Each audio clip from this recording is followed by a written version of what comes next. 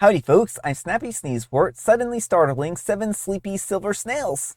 I'm Amber. And here are more sleepy silver snails for us to startle, so let's get started on that. And folks, we have a live stream coming up on Friday. So 6 p.m. Eastern time, make sure to check your time zone to align with the Eastern zone. We'll all coordinate our watches together. You'll notice that I only have freckles, so good luck on that.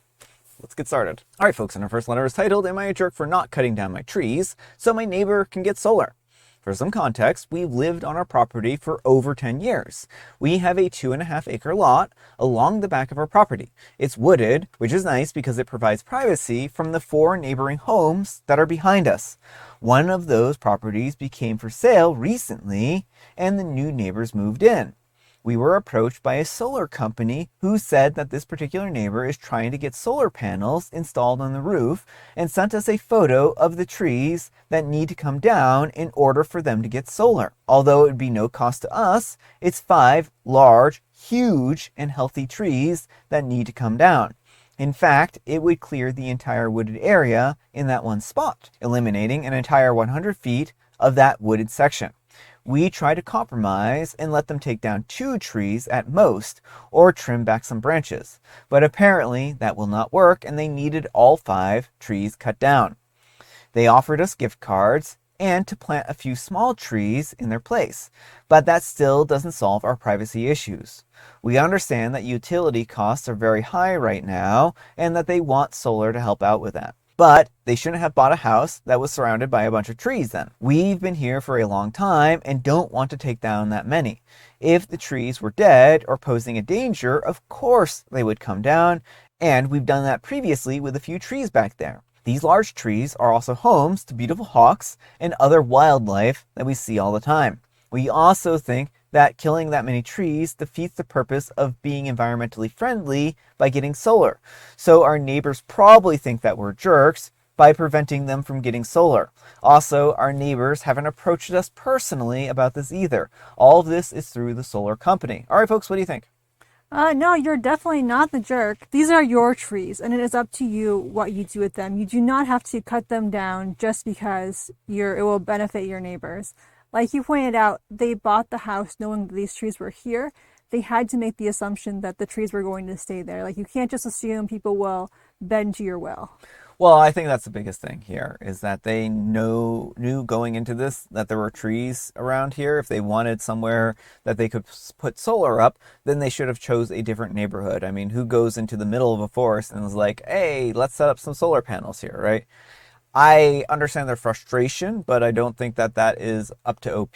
And since this is the solar company, it may be the solar company is being pushy about this because they want to seal the deal with these people. And they know that if OP pushes back, then they aren't going to be able to put solar up. So I would talk to the neighbors personally, because the neighbors may be more reasonable and accommodating than what OP is, than what the solar company is doing here, right? They may not even realize that that they're talking to OP like this, right? I think that OP may benefit just from that conversation. But let me know what you folks think. So anyhow, take care and good luck. And Inside Gate 102 says, I would advise security cameras back there so they don't try and poison the trees.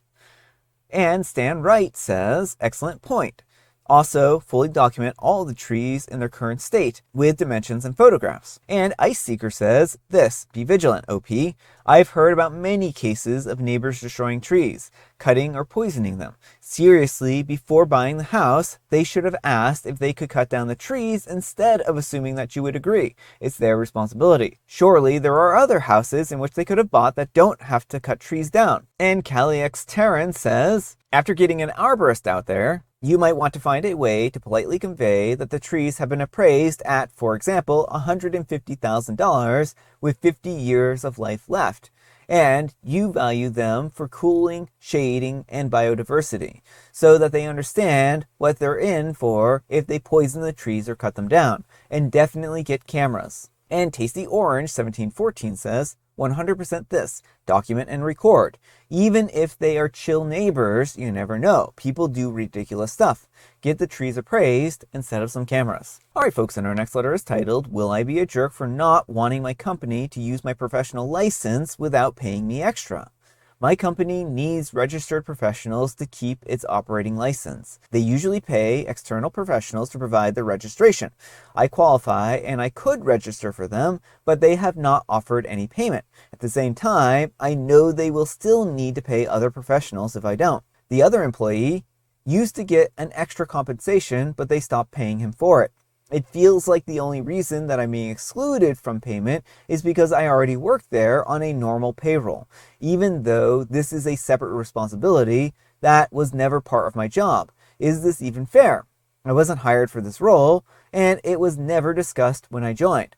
It also involves legal and professional responsibility tied to my name. It feels unfair. All right, folks, what do you think?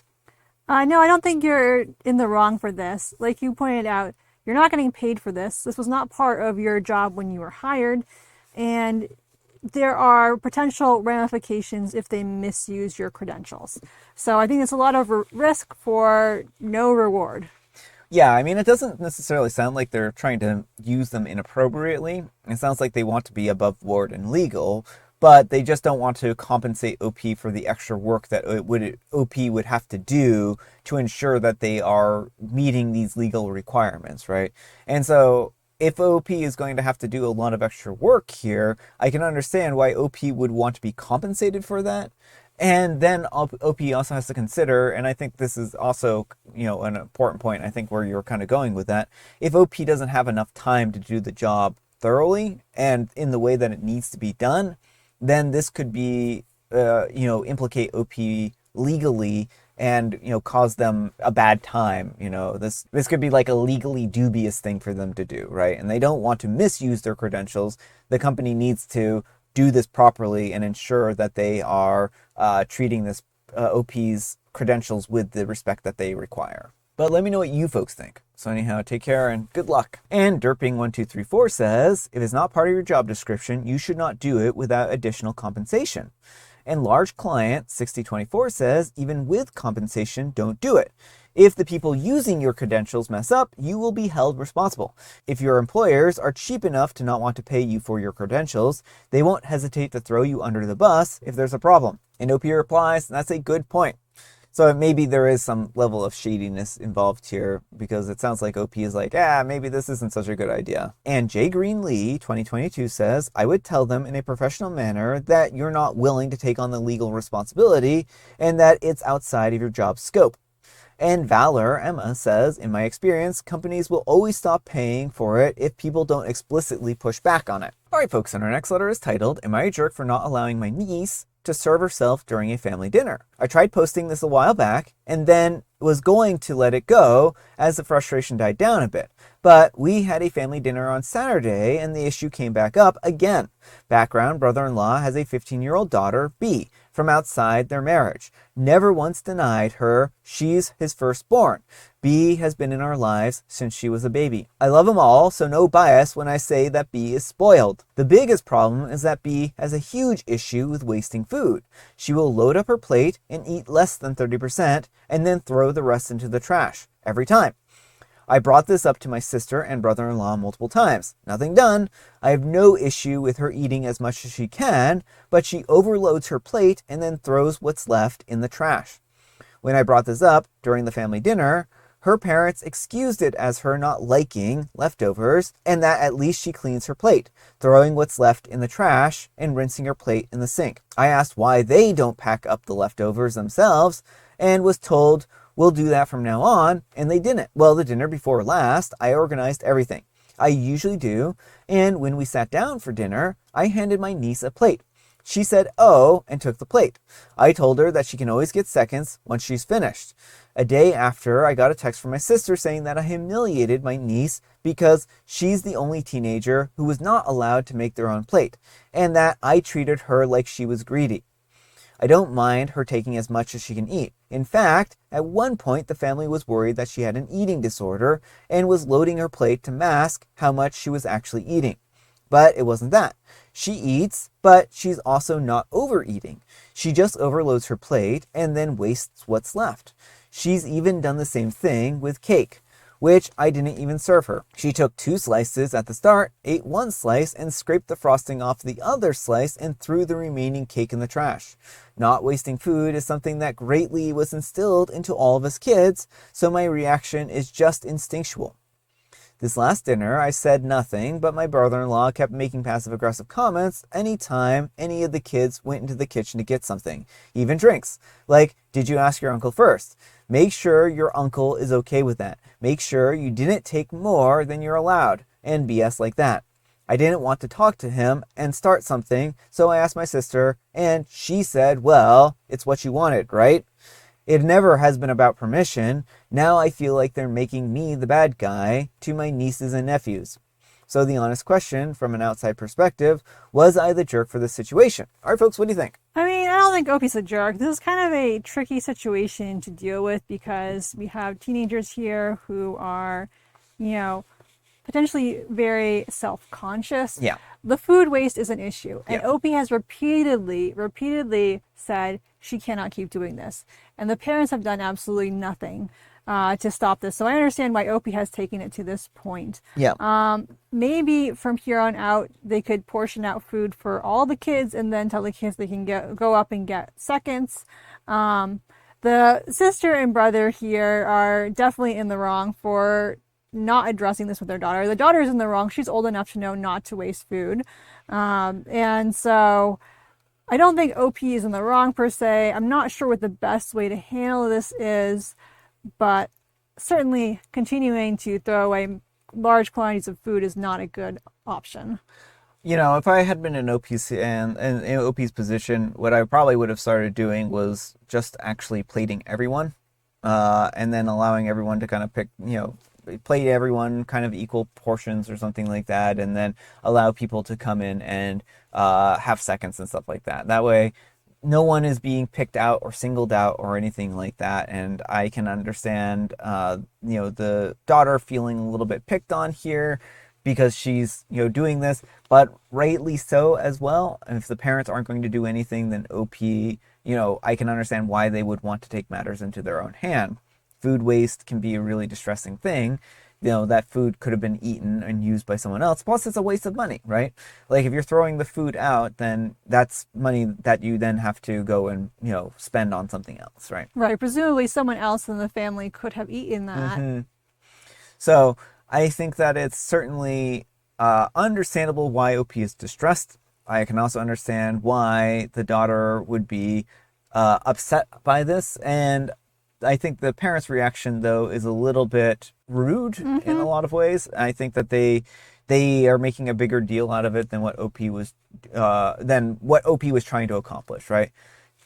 I think that the solution here is to kind of just plate them from now on, or tell them, or have, foods that are easily plateable type of things, or, hard to take too much of. And then that way there is a less food waste in the end.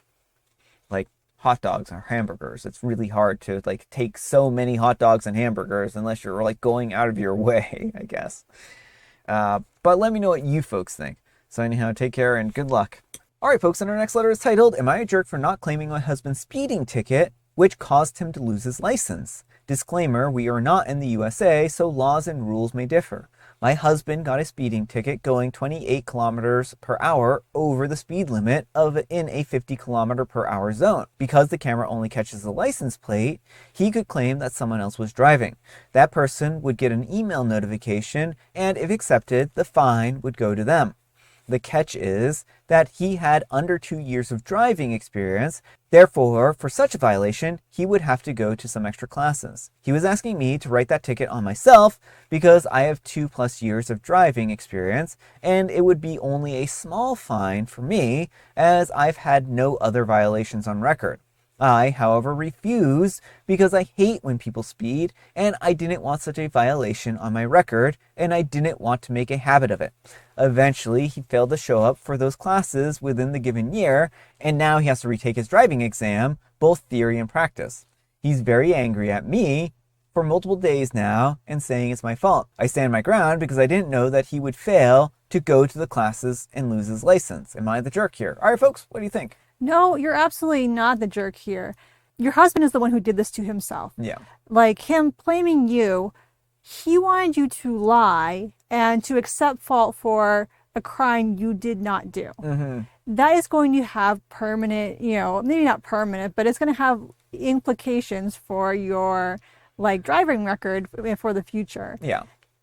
It was an unreasonable ask to begin with. And him being like, well, it's your fault. Any random person on the street he could have tried to give his ticket to. And you wouldn't say they are at fault for not picking it up. So just because you're married to him doesn't mean you should falsify information for him. Yeah. And on top of that, he chose, like he could have gone to these classes. He chose not to do them. So now he has to do even more work. Those are all conscious choices on his part. He's the one who chose the speed. He's the one who chose to duck the consequences. This is all on him. Yeah, I mean, that's actually my point of view exactly here. He sped, he ignored the classes. He knew he needed to go to these classes, otherwise he would be in this position, and he chose not to do it. And likely he chose not to do it so that he could blame OP in the end, right? He's being a spiteful individual and showing her, oh, look, there's consequences to your actions. No, there's all consequences to his actions. And he's trying to paint OP as the villain here when OP was doing the right thing, right? Right. Well, I think he was assuming that OP would eventually cave and just take the ticket from him. But that's not a reasonable ask. No. So I think he needs a reality check here, and OP might start, maybe they need to go into couples therapy and start kind of having a conversation around these kinds of things and working through this, because this doesn't seem like a healthy relationship where he's going to be taking things out on OP because OP refuses to sully their name with his, transgressions, right? Yeah, well, it certainly isn't healthy for him to where he's refusing to take accountability and is pinning everything on OP when OP has done nothing wrong in this entire process. Yeah. So I might recommend evaluating the relationship as a whole. Yeah, that too. But let me know what you folks think. So anyhow, take care and good luck. All right, folks, it is tea time. Grab your beverages of choice. I've got some tea right here, and Amber, she has a joke. What should you never eat on Independence Day? What should you never eat on Independence Day? Well, now that's an interesting question. I would say you shouldn't eat firecrackers. Yes. You shouldn't eat... Oh, is that the exact... Firecrackers. That's a terrible punchline. And I feel ashamed that I participated in that. And I have Mega Mint. And folks, today is a very special day. It's Firecracker Day. Not quite. Maybe wait a week or two and maybe it will be Firecracker Day then, but remember, don't eat firecrackers. But don't eat firecrackers and don't eat firecrackers. Who ordered the Krabby Patty and who ordered the Krabby Patty? All right, folks, that's all the time we have for today. Thank you so much for watching. Happy Manic Monday, folks. I hope your Monday is off to a great start. And folks, remember, we have a live stream coming up on Friday. Although this does say April 24th, it is a lie. It is not April, it's June 26th. So, yeah. April 24th, June 26th, same difference, right? Who knows? Amber, we need some kind of moral advice and or guidance. And please have it on accountability. Don't try to force other people to take responsibility for your crimes. Yeah. But thanks so much for watching, and we'll see you all tomorrow. Bye.